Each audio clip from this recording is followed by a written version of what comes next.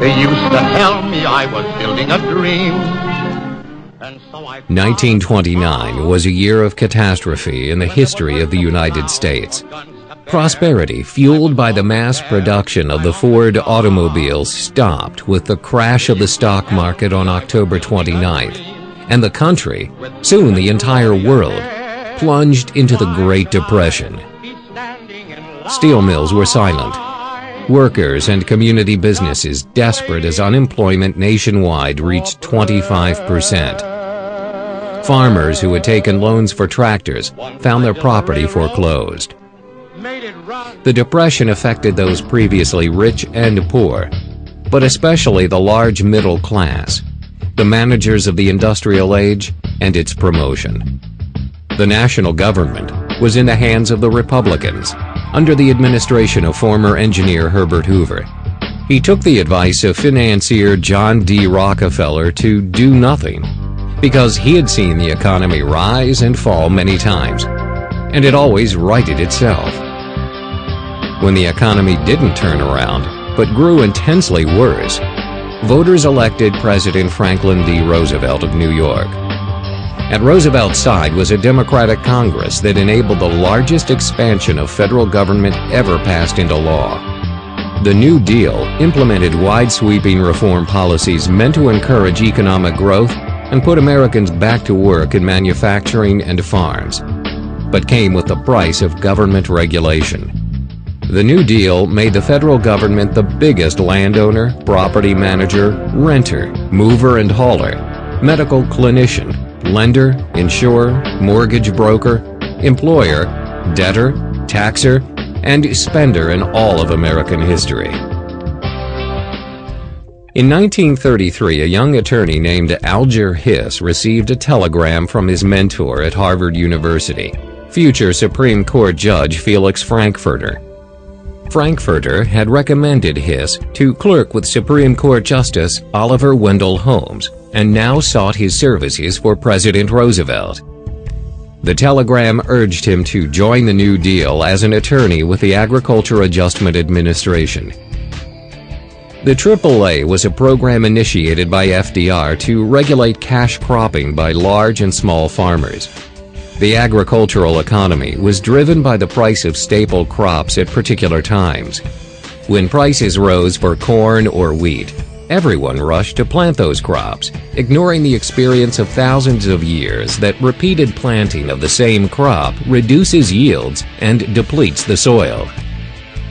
The New Deal program controlled the market prices of staple crops and subsidized farmers who would let their land lie fallow or plant a different crop to return nutrients to the soil. Hiss became a member of the legal team headed by Jerome Frank, a liberal attorney who was eventually fired along with his assistants because of intense opposition from agribusiness in Arkansas. Hiss was not fired, but his association with radicals on the Department of Agriculture's legal team would eventually be a source of his future misfortunes. By 1939, the economy of the United States was well on the way to recovery. Returned industrialization was guaranteed by the war that raged in Europe.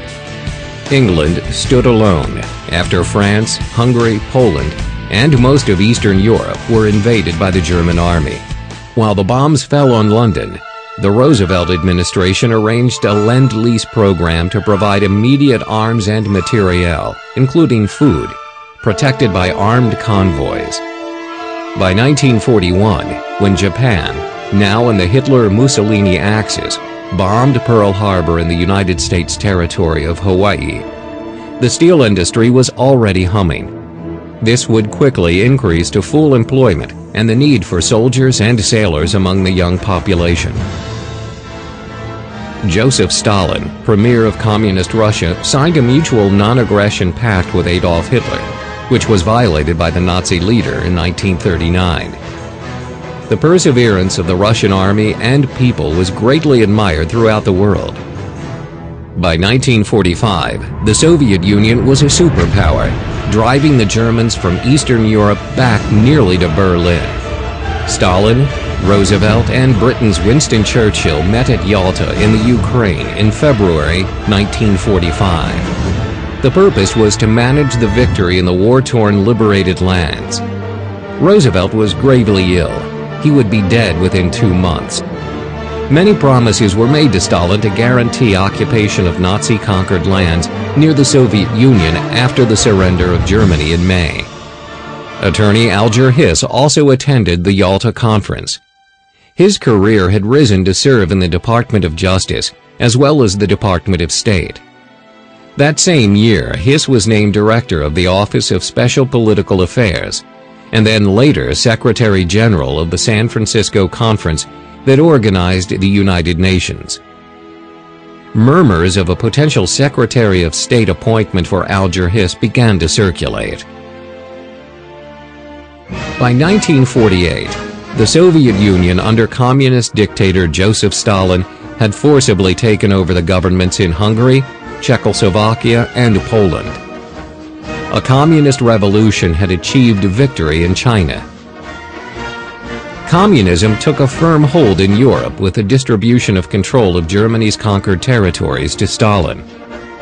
The Atlantic Charter, announced in 1941 by President Roosevelt and Prime Minister Winston Churchill to ensure self-determination of colonized and conquered peoples, was forgotten. The Conservative Party in Britain lost the election to the Labour Party in 1945, while in the midst of the Potsdam Conference, during the negotiation of the division of Europe with Joseph Stalin and the new American president, Harry S. Truman, who had not been included in previous international meetings or war strategies.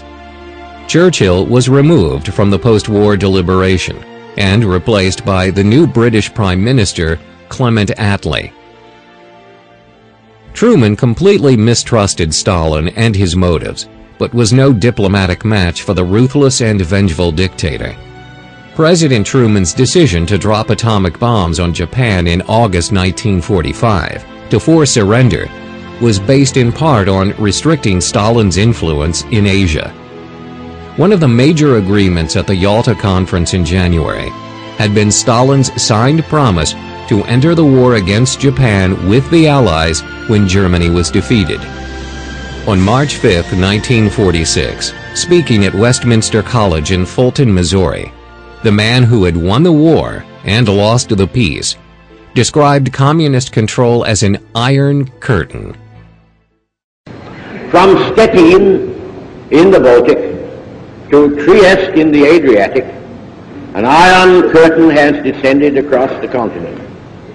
Behind that line lie all the capitals of the ancient states of Central and Eastern Europe.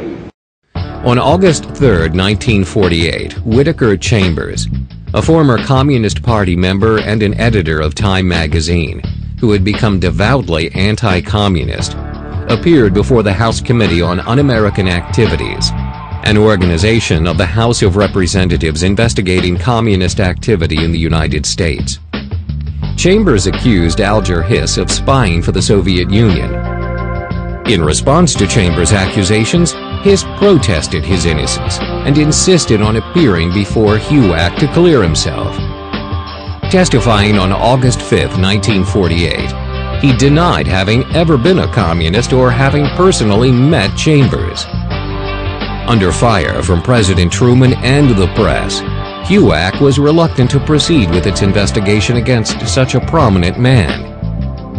However, one member of the committee, California Congressman Richard Nixon, found Hiss's demeanor condescending and insulting in the extreme, and wanted to continue the hearing. The committee finally made Nixon the chair of a subcommittee to find who was lying, or at least determine whether they had known one another. The investigation made headlines that were eagerly sought by Congressman Nixon. Microfilm was kept in a hollowed-out pumpkin on Whitaker Chambers Farm. The journalists were led there by